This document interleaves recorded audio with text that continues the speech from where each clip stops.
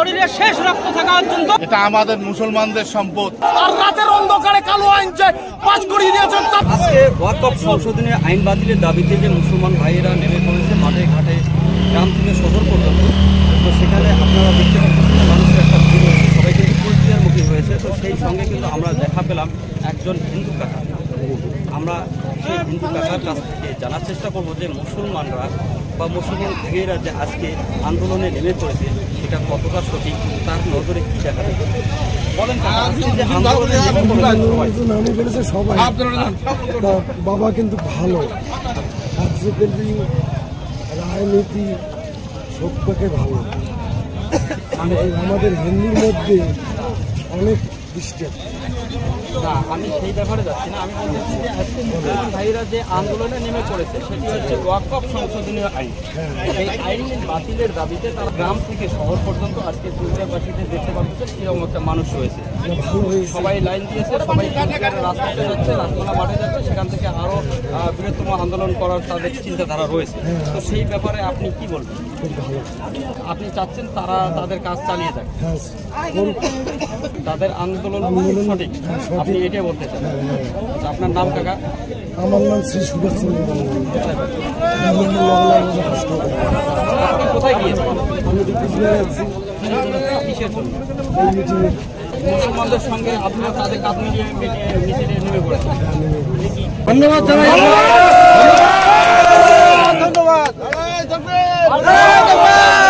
আপনারা কি চাচ্ছেন যে মুসলিম থেকে শুরু করে সমস্ত রকম জাতের ভাইরা সবাই এই আপনাদের আন্দোলনে সামিল হোক? আমরা এটা অবশ্যই চাচ্ছি যে আমরা সকলকে নিয়ে ঐক্যবদ্ধভাবে এই যে কেন্দ্রীয় সরকারের যে একটা বর্বরতা একটা আইন পাশ করেছে সেটার তীব্র আমরা বিরোধিতা করতে চাই। এজন্য আমাদের হিন্দু, মুসলিম, শিখ, ইসাই সবাইকে নিয়ে আন্দোলনটা করতে চাই। সবাই আমাদেরকে সঙ্গ দেবেন। আমরা ভারতবর্ষের শান্তি এবং সব জায়গায় শান্তিটা চাই। আপনারা সকলে আমাদের সঙ্গে থাকবেন। এই আইনকে বাতিল করার জন্য যত দূর যাওয়া লাগে আমরা যাব, সকলেই আমাদের সঙ্গে থাকবেন। আমাদের বাপদাদা 14 পুরুষ তারা আমাদের মুসলমানদের জন্য অগাধ ত্যাগ স্বীকার করে বিভিন্ন সম্পত্তি আমাদের দিয়েছেন। এটা আমাদের মুসলমানদের সম্পদ। এই সম্পদের উপরে মোদী সরকার হাত দিয়েছে, তাই আমরা মুসলমানরা নামিয়ে পড়েছি। যতক্ষণ পর্যন্ত না এই কালো আইন প্রত্যাহার করবে ততক্ষণ পর্যন্ত আমাদের আন্দোলন থামবে না। আমরা মুসলমান, আমরা চাই, আমরা ভারতবর্ষ হিন্দুস্তানের বাসিন্দা, আমরা হিন্দু মুসলমান ভাই ভাই আমরা একসঙ্গে বাস করতে চাই। কারণ যে কালো আইন তৈরি করেছে এটাকে কেন্দ্র করে হিন্দু মুসলমান কিভাবে দাঙ্গা হবে তারই একটা পরিকল্পনা। আগামী দিনে সেটাই প্রমাণ করতে চাচ্ছে মোদী সরকার। তা আমরা হতে দেব না। আমরা হিন্দুস্তানের মানুষ, আমরা হিন্দু, মুসলমান, শিখ, সাই, আমরা সবাই এক। আর আমরা ঐক্যবদ্ধ হয়ে এই কালো আইনের বিরুদ্ধে আমরা আন্দোলন চালিয়ে যাব। যতক্ষণ পর্যন্ত না এই কালো আইন প্রত্যাহার করবে ততক্ষণ পর্যন্ত আমরা আমাদের জীবদ্দশায় আন্দোলন চালিয়ে যাব। আপনারা এখন কোথায় যাচ্ছেন? আমরা কুচবিহারে যাচ্ছি, রাসমালার মাঠে। আমরা সেখানে বিক্ষোভ দেখাবো। কোচবিহারে কালকেও বিক্ষোভ দেখতে পেরেছিলাম আপনাদের। প্রতিদিনই চলছে, সারা ভারতবর্ষে চলছে, শুধু পশ্চিমবঙ্গেই নয়।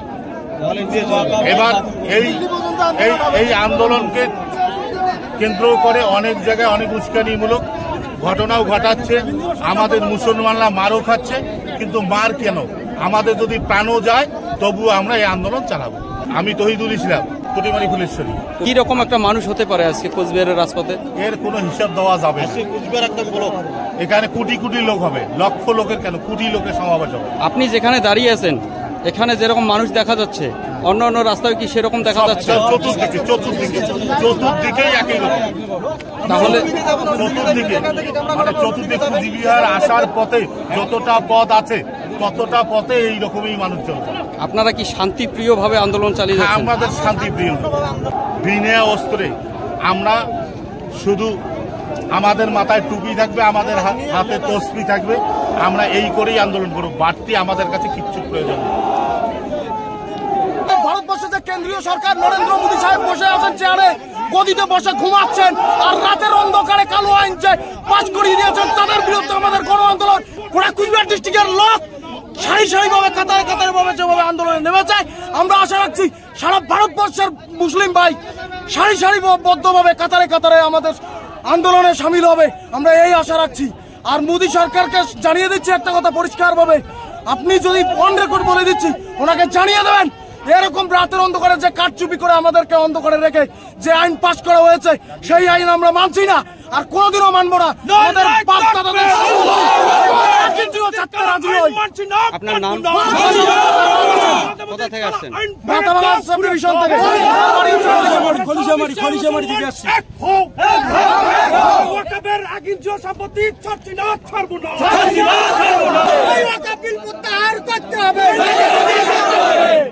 কোথা থেকে আসছেন আপনারা?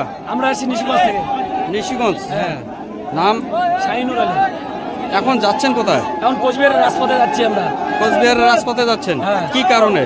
আমাদের যে বাপদাদু 14 গোষ্ঠীর জমি কবরস্থান, মসজিদ, মাদ্রাসা, এই জমি নিয়ে যে কেন্দ্র সরকার একটা কালো আইন পাস করেছে, সেই আইনের বিরুদ্ধে আমরা জীবন দিতেও রাজি আছি। কেন্দ্রীয় সরকারের যে চক্রান্ত করে আমাদের এই পূর্বপুরুষের দেখিয়ে যাওয়া সম্পত্তি বাজেয়াপ্ত করা বা বিল আইনে পরিণত করা, সেটা আমরা আমাদের শরীরের এক বিন্দু রক্ত থাকা পর্যন্ত আমরা মানব না। যতদিন না পর্যন্ত এই বিল প্রত্যাহার করা হবে, আমাদের শরীরে শেষ রক্ত থাকা পর্যন্ত আমরা এই আন্দোলন চালিয়ে যাব এবং চলবে। রশিদুল আলম, বাংলা ব্লক মসজিদ থেকে এসেছি।